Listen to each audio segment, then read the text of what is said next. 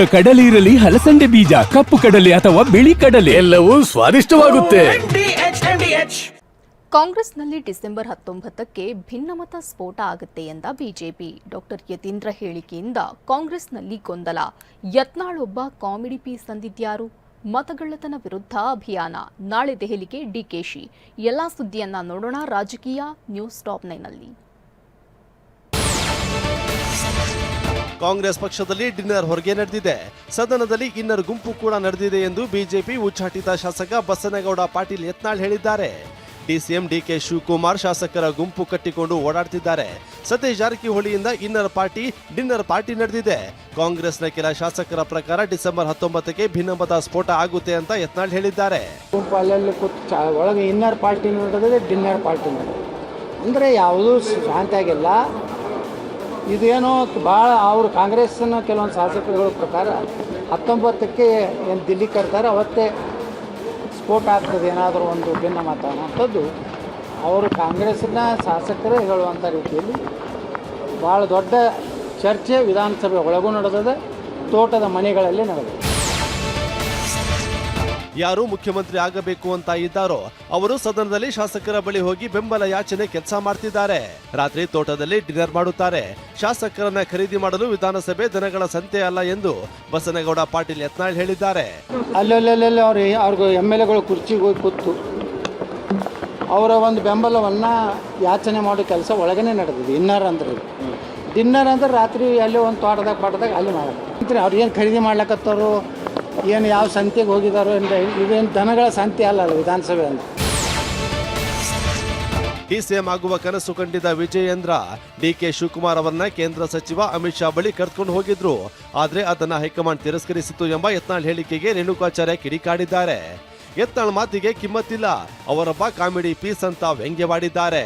ವಿಜಯೇಂದ್ರ ಹೆಸರು ದೊಡ್ಡವರ ಹೆಸರು ಹೇಳ್ಬಿಟ್ರೆ ಹೂವಿನ ಜೊತೆ ನಾರು ಸ್ವರ್ಗ ಸೇರ್ತಾನಂಗೆ ಎಲ್ಲ ಒಂದು ಕಡೆ ರಾಜ್ಯದಲ್ಲಿ ದೊಡ್ಡವ್ರ ಹೆಸರು ಹೇಳಿದ್ರೆ ನಾನು ಭಾಳ ದೊಡ್ಡನಾಗ್ಬಿಡ್ತೀನಿ. ಪ್ರತಿ ದಿವಸ ಮಾಧ್ಯಮದಲ್ಲಿ ಏನು ಕೆಲಸ ಇಲ್ಲ, ಬರೀ ಇದೇ ದಿವಸ ಇದೇ ಕೆಲಸ. ದೊಡ್ಡ ಜೋಕ್ ಅನ್ನಿಸ್ತದೆ, ಕಾಮಿಡಿ ಪೀಸ್. ದ್ವೇಷ ಭಾಷಣ ವಿಧೇಯಕಕ್ಕೆ ಬಿಜೆಪಿ ವಿರೋಧ ಬಗ್ಗೆ ಪ್ರತಿಕ್ರಿಯಿಸಿರೋ ಸಚಿವ ರಾಮಲಿಂಗಾರೆಡ್ಡಿ, ರಾಜ್ಯದಲ್ಲಿ ದ್ವೇಷ ಭಾಷಣ ಮಾಡೋದು ಬಿಜೆಪಿಯವರು, ಹಾಗಾಗಿ ಎಲ್ಲಿ ಶಿಕ್ಷೆಯಾಗತ್ತೋ ಎಂದು ಅವರಿಗೆ ಭಯವಾಗ್ತಾ ಇದೆ. ಮೋದಿಯಿಂದ ಹಿಡಿದು ಅಮಿತ್ ಶಾ ಅವರೆಗೂ ದ್ವೇಷ ಭಾಷಣ ಮಾಡ್ತಾರೆ. ವಾಕ್ ಸ್ವಾತಂತ್ರ್ಯ ಇದೆ ಅಂತ ಏನೇನೋ ಮಾತಾಡಿದ್ರೆ ತಪ್ಪು ಎಂದು ರಾಮಲಿಂಗಾರೆಡ್ಡಿ ಹೇಳಿದ್ರು. ದ್ವೇಷ ಭಾಷಣ ಮಾಡೋದು ಅವರೇ ಅಲ್ವಾ, ಅವರಿಗೆ ಎಲ್ಲಿ ನಮಗೆ ಶಿಕ್ಷೆ ಆಗುತ್ತೆ ಅಂತ ಭಯ ಆಗ್ತದೆ.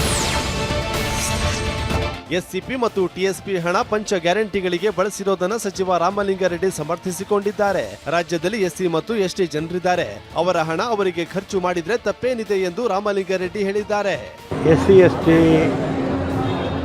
ಜನ ನಮ್ಮಲ್ಲಿದ್ದಾರಾ ಇಲ್ವಾ? ಹತ್ತತ್ರ 20 SCನೇ 22-23% ಬರ್ತಾರೆ. ಎಲ್ಲ ಸೇರಿದ್ರೆ ಎಷ್ಟು ಪರ್ಸೆಂಟ್ ಆಗುತ್ತೆ? 24 ಬರುತ್ತೆ. ಅವ್ರ ಹಣ ಅವ್ರು ಖರ್ಚು ಮಾಡಿದ್ರೆ ತಪ್ಪೇನಿದೆ ಅದರಲ್ಲಿ? ರಾಜ್ಯ ಸರ್ಕಾರ ಸತ್ತೋಗಿದೆ ಎಂದ ಪ್ರತಾಪ್ ಸಿಂಹ ಹೇಳಿಕೆಗೆ ಶಾಸಕ ನಾರಾಯಣಸ್ವಾಮಿ ತಿರುಗೇಟು ನೀಡಿದ್ದಾರೆ. ಪ್ರತಾಪ್ ಸಿಂಹ ಸತ್ತೋಗಿರೋದಕ್ಕೆ ಬಿಜೆಪಿ ಟಿಕೆಟ್ ನೀಡಲಿಲ್ಲ, ಮೀಡಿಯಾದಿಂದ ಬಂದಿದ್ದ ಆತ ಅಲ್ಲೂ ಇಲ್ಲ, ರಾಜಕಾರಣದಲ್ಲೂ ಇಲ್ಲ ಅಂತ ಕೋಲಾರದಲ್ಲಿ ನಾರಾಯಣಸ್ವಾಮಿ ಕಿಡಿಕಾರಿದ್ರು. ಮೈಸೂರಲ್ಲಿ ಅವರು ಸತ್ತೋಗಿದ್ದಾರೆ ಅಂತ ಹೇಳಿ ಅವ್ರಿಗೇನು ಕೆಲಸ ಮಾಡಿಲ್ಲ ಅಂತ ಹೆಬ್ಬಡಿ ಕೊಟ್ಟಿಲ್ಲ. ಪಾಪ ಏನಾಗಿದೆ, ಪ್ರತಾಪ್ ಸಿಂಹ ಅವರು ಒಬ್ಬ ಮೀಡಿಯಾದಿಂದ ಬಂದಂಥವರು. ಒಂದು ಕಡೆ ಮೀಡಿಯಾನೂ ಇಲ್ಲ, ರಾಜಕಾರಣವೂ ಇಲ್ಲ, ಭ್ರಮೆ ಆಗ್ಬಿಟ್ಟಿದೆ ಆತನಿಗೆ. ಹಾಗಾಗಿ ಯಥೇಚ್ಛವಾಗಿ ಏನೋ ಒಂದು ಹೇಳಿಕೆ ಕೊಡ್ತಾ ಇರ್ತಾರೆ. ಕಾಂಗ್ರೆಸ್ ಪಕ್ಷದಲ್ಲಿ 140 ಶಾಸಕರಿದ್ದು ಇಷ್ಟು ಜನರಲ್ಲಿ ಯಾರು ಸಿಎಂ ಆದ್ರೂ ಆಶ್ಚರ್ಯವಿಲ್ಲ ಎಂದು ಶಾಸಕ ನಾರಾಯಣಸ್ವಾಮಿ ಹೇಳಿದ್ದಾರೆ. ಸಿಎಂ ಹುದ್ದೆ ಬಗ್ಗೆ ವಿಧಾನ ಪರಿಷತ್ ಸದಸ್ಯ ಯತೀಂದ್ರ ಹೇಳಿಕೆ ಕೊಡಬಾರದು, ಮುಖ್ಯಮಂತ್ರಿ ಉಪಮುಖ್ಯಮಂತ್ರಿ ಸಚಿವರು ಸುಮ್ಮನಿರಬೇಕಾದ್ರೆ ಡಾಕ್ಟರ್ ಯತೀಂದ್ರ ಹೇಳಿಕೆಯಿಂದ ಪಕ್ಷದಲ್ಲಿ ಗೊಂದಲ ಸೃಷ್ಟಿಯಾಗತ್ತೆ ಅಂತ ಹೇಳಿದ್ದಾರೆ.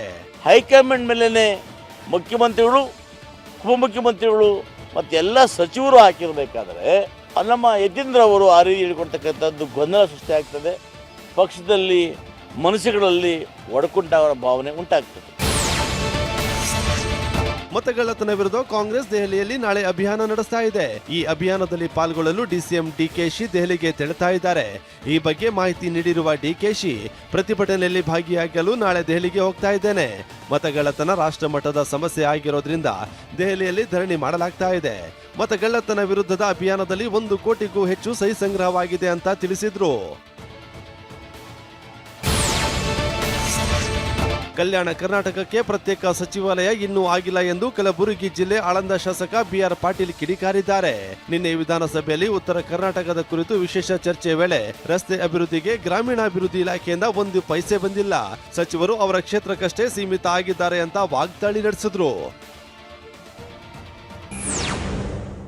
ವಾಹ್, ಯಾಕೆ ಈಗ ಬಂತ ಸ್ವಾದ? ಖಂಡಿತ ಈಗ ಬಂತು ಅಸಲಿ ಸ್ವಾದ. MDH chunky chaat masala life ಅಲ್ಲಿ ಅಸಲಿ ಸ್ವಾದ ತರುತ್ತೆ. ಅಸಲಿ ಮಸಾಲ, ಎಸ್ ಎಸ್ MDH.